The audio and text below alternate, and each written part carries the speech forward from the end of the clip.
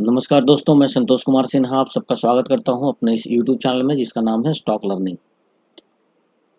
दोस्तों, जैसा कि अभी दो काउंटर पे लोग काफ़ी परेशान हैं। एक आलोक इंडस्ट्रीज का जो शेयर नीचे की ओर भाग रहा है, उससे भी लोग परेशान हैं, और दूसरा फ्यूचर रिटेल में काफ़ी इन्वेस्टर्स जो हैं वो ट्रैप्ड हो गए हैं।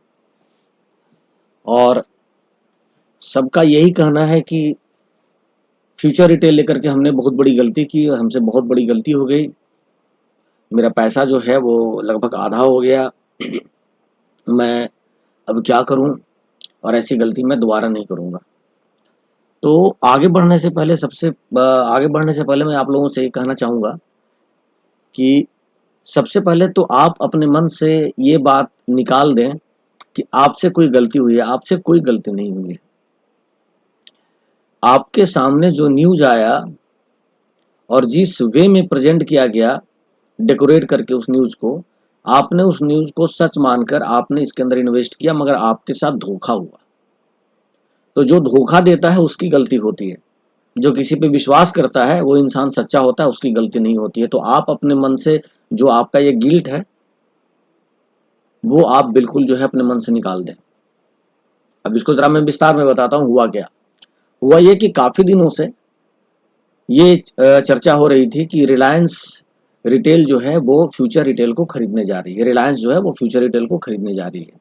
फ्यूचर रिटेल नहीं, फ्यूचर ग्रुप को ही खरीदने जा रही है, क्योंकि मिस्टर किशोर बियानी जो है वो कर्ज के तले काफी वो डूब चुके हैं। अगर उन्होंने अपना बिजनेस नहीं बेचा, पैसे का इंतजाम नहीं किया, तो वो डिफॉल्टर हो जाएंगे और फिर वो बर्बाद हो जाएंगे। उनको एनसीएलटी में जो है सो कोर्ट खींच लेगा, और देश का भी जो है सो देश के बैंक का भी कर्जा है, डोमेस्टिक बैंक का भी, और बाहर के बैंकों का भी, विदेशी बैंकों का भी उनके ऊपर कर्जा है।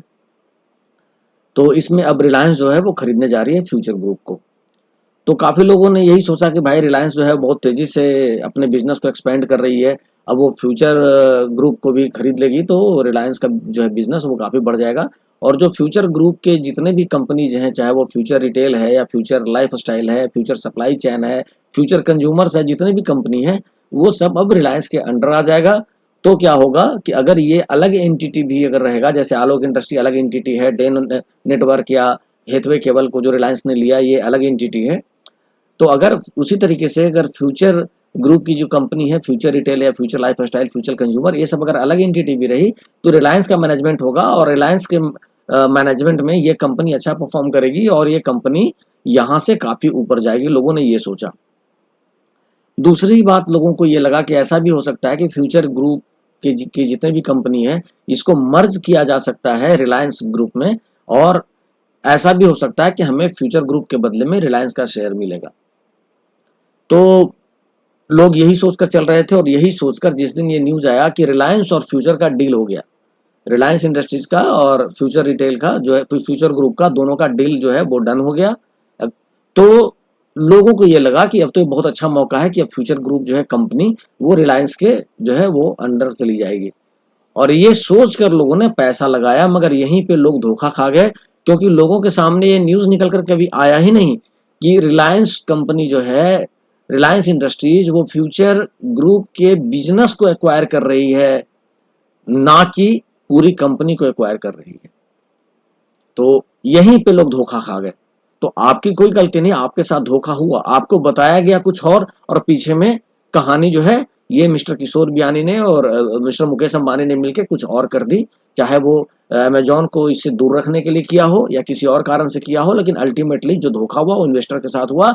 और जैसे ही ये न्यूज बाहर निकल करके आया कि अब फ्यूचर रिटेल और ये सारे जो है शेयर वो एफीएल में मर्ज होने के बाद रिलायंस उसमें सिर्फ स्टेक लेगी, रिलायंस रिटेल का, और रिलायंस का उसमें स्टेक होगा फ्यूचर इसमें इंटरप्राइजेज लिमिटेड में।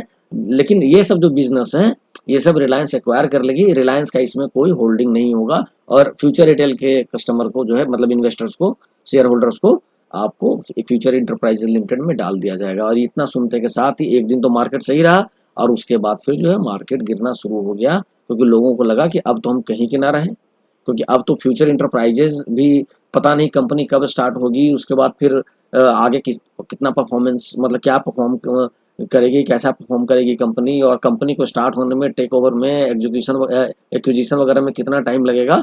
तो ये जो सारे जो लोगों को जो प्रॉब्लम्स थे वो सामने नज़र आने शुरू हो गए और उसके कारण जो है ये काउंटर धराशायी हो गया। तो आप देखिए जो फ्यूचर रिटेल जो 155-160 तक पहुंचा था वो सीधे आज की डेट में ऑलमोस्ट हाफ आ चुका है। तो आपकी कोई गलती नहीं है, तो आप ऐसा मत समझिए कि हमसे गलती हुआ। जी नहीं, हमसे गलती नहीं हुआ, हमने सही काम किया था, मगर हमसे असली जानकारी छुपाई गई और इन्वेस्टर्स के साथ, शेयर होल्डर्स के साथ धोखा हुआ। अब आइए आगे बढ़ते हैं कि हुआ क्या इसमें। अब आपको मैं एक चीज दिखाता हूं कि आप ये देखिए कि जब अनाउंसमेंट हुआ तो स्वैप रेशियो की बात हुई, जिसमें बोला गया था, ये पुराना चीज है, मैं उसी को दोबारा मैं दोहरा रहा हूँ, एक मैं जस्ट रिकैपिचुलेट कर रहा हूँ कि फ्यूचर रिटेल लिमिटेड का जिसके पास 10 शेयर होगा उसको फ्यूचर इंटरप्राइज एफईएल का 101 शेयर मिलेगा। फ्यूचर कंज्यूमर के 10 शेयर के बदले में एफईएल का 9 शेयर मिलेगा और फ्यूचर लाइफ स्टाइल फैशन के बदले में के 10 इक्विटी के बदले में एफईएल का 116 शेयर मिलेगा और फ्यूचर सप्लाई चेन सॉल्यूशन के 10 शेयर के बदले में एफईएल का 131 शेयर मिलेगा और फ्यूचर मार्केट नेटवर्क लिमिटेड के 10 शेयर के बदले में एफईएल का 18 शेयर मिलेगा। ये स्वैप रेशियो हुआ। तो यहाँ पे हुआ क्या कि ये जो न्यूज जो था वो 29 अगस्त को 28 या 29 को ये डील जो है इन लोगों ने कंफर्म किया था। तो उस वक्त लोगों ने ये देखा कि जिस दिन ये डील अनाउंस हुआ उस दिन फ्यूचर रिटेल का प्राइस 135 रुपीज था। तो लोगों ने ये देखा कि अगर मैं 10 इक्विटी फ्यूचर रिटेल्स का लेता हूं तो 1350 लगेगा और इसका 101 मिलना है मुझे एफईएल का शेयर और एफईएल का 100 शेयर का कीमत अभी जो उस वक्त जो प्राइस चल रहा था उस दिन वो 20 रुपया 10 पैसा चल रहा था। तो लोगों ने ये सोचा कि 2030 रुपया मुझे लगेगा उसका 101 शेयर खरीदने में। तो मैं क्या करूं कि मैं जो है वो 1350 में फ्यूचर रिटेल का शेयर ले लूं, इसके बदले में मुझे 1350 में ही जो है वो 2030 रुपये का शेयर मिल जाएगा और मुझे 50% का यहाँ पर प्रीमियम मिल जाएगा। और यही हाल हुआ फ्यूचर कंज्यूमर में, फ्यूचर लिमिटेड में, इन सब में जो है काफी प्रीमियम चल रहा था। लोगों ने मगर जैसे ही न्यूज जो है आया उसके बाद फ्यूचर इंटरप्राइजेज लिमिटेड और उसके अलावा जितने भी फ्यूचर ग्रुप के शेयर्स थे वो सब धड़ाधड़ नीचे एलसी लगाना शुरू कर दिया सारे शेयर्स ने और ऑपरेटर्स ने अपना काम वहां से स्टार्ट कर दिया। अभी क्या हुआ कि कल तक जो था वो नीचे गिर रहा था, आज थोड़ा सा मार्केट कुछ संभला और फ्यूचर रिटेल लिमिटेड आज 86 रुपये 50 पैसे पे है और जो फ्यूचर इंटरप्राइजेज लिमिटेड है वो जो 20 रुपया 10 पैसा था वो आज घट करके 12 रुपया 25 पैसा, हालांकि ये 10 रुपया कुछ पैसा पे भी आ गया था, ये 11 रुपया कुछ पैसे पे, लेकिन आज ये 12 रुपया 25 पैसा पे ये आ चुका है।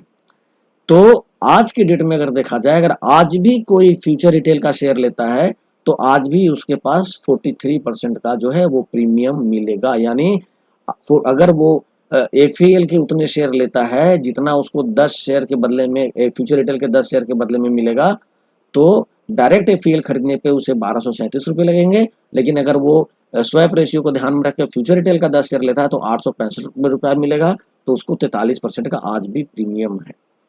अब है क्या कि अब लोगों को तो अब आज के डेट में मार्केट काफी डाउन हो गया, तो पहले लोगों ने जो काफी हाई प्राइस पे लिया हुआ था अब लोग करें तो क्या करें।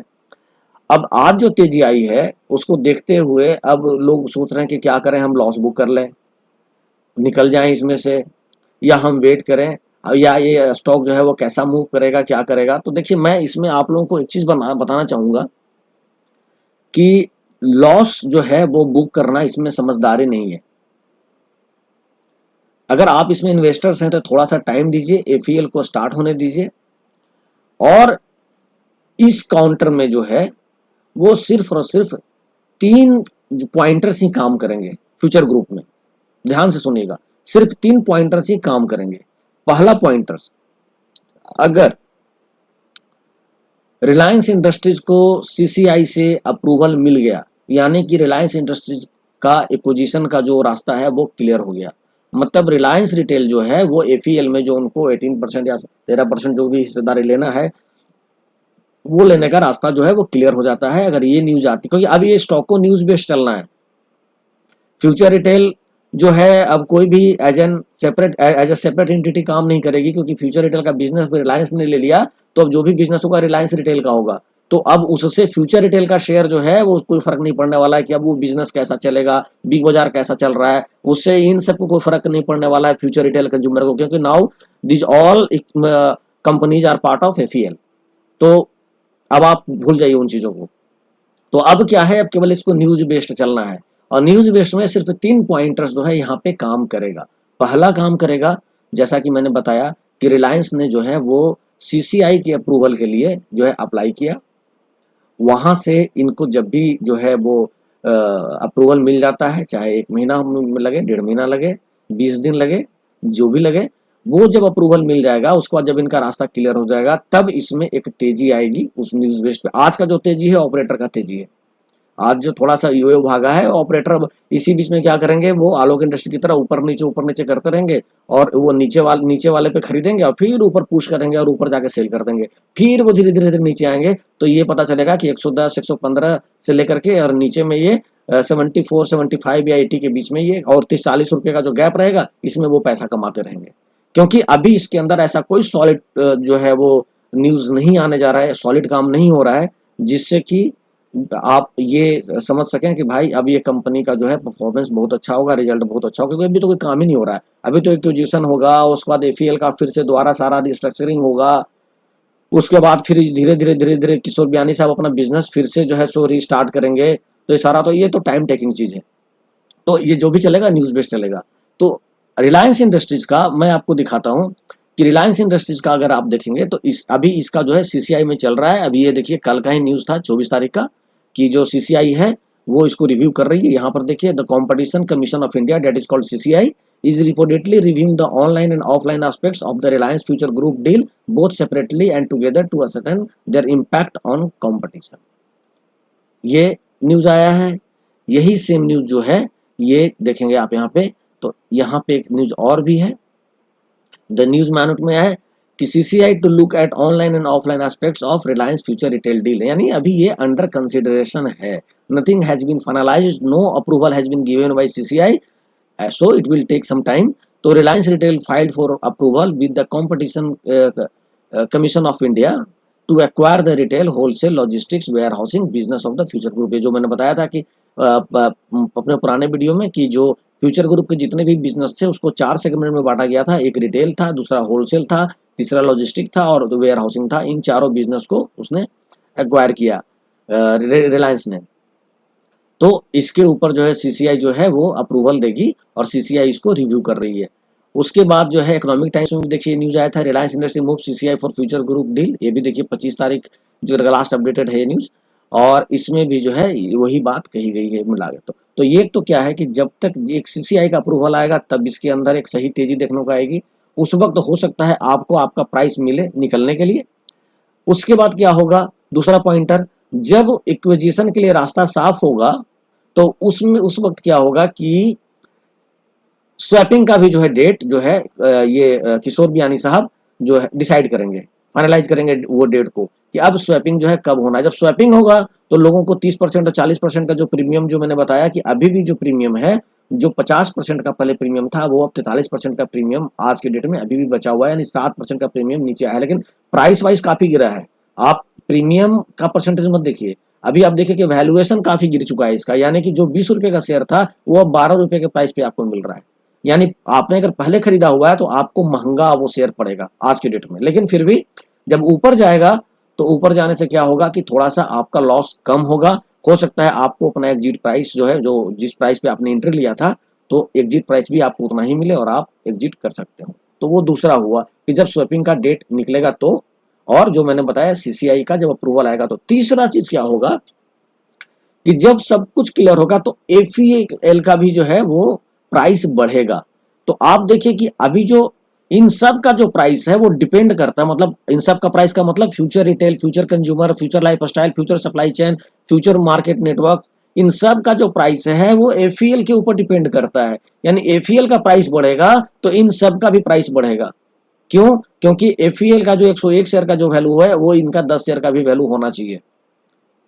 तो एक जो है दोनों प्रोपोर्शन में होगा तो इसका भी वैल्यू बढ़ेगा। तो यही 3 पॉइंटर हैं हमारे पास, या तो एफईएल का प्राइस बढ़े तो हमारा वो बढ़ेगा, या स्वैपिंग का जो है सो डेट आ जाए, ये अनाउंस हो जाए तो ये भागना शुरू होगा कि भैया अब हमें जो है सो स्वैपिंग का फायदा मिलेगा, या रिलायंस का एक्विजिशन का रास्ता साफ हो जाए, सीसीआई जो है वो अप्रूवल दे दे, तब हम कर सकते हैं। तो ये 3 पॉइंट है, ये 3 पॉइंटर्स हैं। इन 3 पॉइंटर्स पे हम यहाँ से निकल सकते हैं। उसके पहले निकलने की कोशिश करेंगे तो हम लॉस बुक करके ही इसमें निकल सकते हैं। मगर इस 3 पॉइंटर से शायद हमें हमारा जो एंट्री पॉइंट है वो मिल जाए। और अगर हम इसके अंदर इन्वेस्टेड रहते हैं, एक चौथा और भी चीज है, अगर इसके अंदर हम इन्वेस्टेड रहते हैं, सपोज कि हमने कहा कि चलो भाई साल 2 साल हम नहीं ये करेंगे, इसमें से कुछ देखेंगे नहीं कि जो हमने खरीदा है वो रहने दो, वो इसी में है, यानी इन्वेस्टमेंट के पॉइंट ऑफ व्यू से अगर हम इसके अंदर इन्वेस्टेड रहेंगे, ना कि ट्रेडिंग के पॉइंट ऑफ व्यू से, तो क्या होगा, तो डेफिनेटली है कि अगर हम 1 साल 1.5 साल इसके अंदर रह गए तो एफईएल जो है वो फिर से अपना काम काज स्टार्ट करेगा। अभी भी एफईएल के अंदर एफएमसीजी और अपैरल, ये 2 का जो है सो बिजनेस अभी भी इसके अंदर हो रहा है, होगा।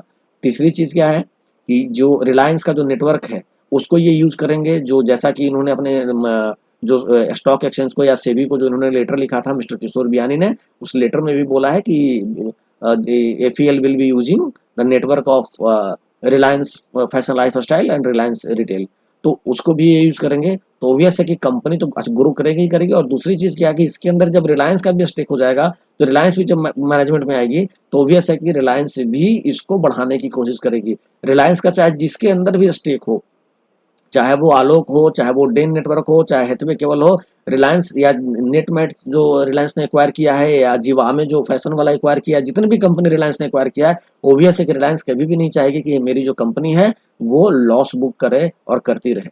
हाँ, अपना कुछ अकाउंट्स वगैरह को क्लियर करने के लिए और टैक्स बचाने के लिए या जो भी करने के लिए थोड़ा बहुत जो भी करना है वो करेंगे, लेकिन वो कंपनी को कभी नहीं चाहेंगे कि कंपनी जो है वो ग्रो ना करे। तो उस केस में एफईएल ग्रो करेगा तो आगे चल करके हमें इसका जो है वो फायदा मिल सकता है। तो यही 4 पॉइंट जो है वो है हमारे सामने आज के डेट में। 5वां कोई रास्ता नहीं है। अगर कोई रास्ता है तो आप लोग मुझे कमेंट बॉक्स में लिख करके बताइएगा कि 5वां एक ये ऑप्शन भी हो सकता है। ये अलग बात है कि हम लॉस में बुक करके और किसी ऐसे शेयर में हम इन्वेस्ट करें जो कि आने वाले 2 महीने में जो है 10 गुना बढ़ जाए, तो वो अलग चीज है। That is totally hypothetical approach, वो मैं नहीं बात करता उसकी। लेकिन या तो सीसीआई का अप्रूवल आ जाए, उस न्यूज से इसको स्टॉक को आगे बढ़ना है, या स्वैपिंग का न्यूज आ जाए उससे आगे बढ़ना है, या रिलायंस का जो है एफईएल में अगर इसने स्टेक ले लिया और एफईएल का अगर काम काज स्टार्ट होने वाला है, एफईएल शेयर का प्राइस अगर भागता है उससे जो है सो उससे कॉरेस्पॉन्डिंग इन सब का भी जो है स्टॉक का प्राइस ऊपर भागेगा। या फिर हम इसके अंदर इन्वेस्टेड रहें, साल 2 साल या 1.5 साल जो भी है इसके अंदर इन्वेस्टेड रहें, और जब एफईएल का काम काज स्टार्ट होगा तो हमें उसमें तो बहुत ही अच्छा एक मूव देखने को मिल सकता है। इसके अलावा और जो है हम निवेशक इसमें कुछ नहीं कर सकते। बाकी अगर इसके बीच में अगर आप ऊपर नीचे जो भी अगर ट्रेडिंग करेंगे तो ये सारा ऑपरेटर बेस्ड होगा, और इसके अंदर ऐसा कोई सॉलिड जो है वो रीजन नहीं होगा कि इसके अंदर मोमेंटम हो। तो अगर आप मेरी बात से सहमत हैं तो ठीक है, अगर असहमत हैं, अगर आप डिसएग्री करते हैं तो आप कमेंट बॉक्स में मुझे जरूर बताइएगा। मैं उस पॉइंट पे भी सोचूंगा कि हो सकता है मैंने उस नज़रिए से नहीं सोचा होगा जिस नज़रिए से आपने सोचा होगा, क्योंकि मैं एक हूँ, आप हमारे फ्रेंड्स व्यूअर्स काफ़ी ज़्यादा हैं, तो ऑब्वियस है कि आप लोग सब डिफरेंट डिफरेंट एंगल से सोचेंगे, अलग अलग सबका अप्रोच होगा, अलग अलग स्ट्रेटेजी होगा। तो हो सकता है कि आपका कुछ ऐसा स्ट्रेटेजी हो जो मेरे माइंड में ना आया हो और मुझे भी वो सीखने का मौका मिलेगा आप लोगों से। तो आप कमेंट बॉक्स में लिख कर जरूर बताइएगा। इसी के साथ मैं आप सबसे विदा लेता हूँ। नमस्कार, जय हिंद, जय भारत, वंदे मातरम।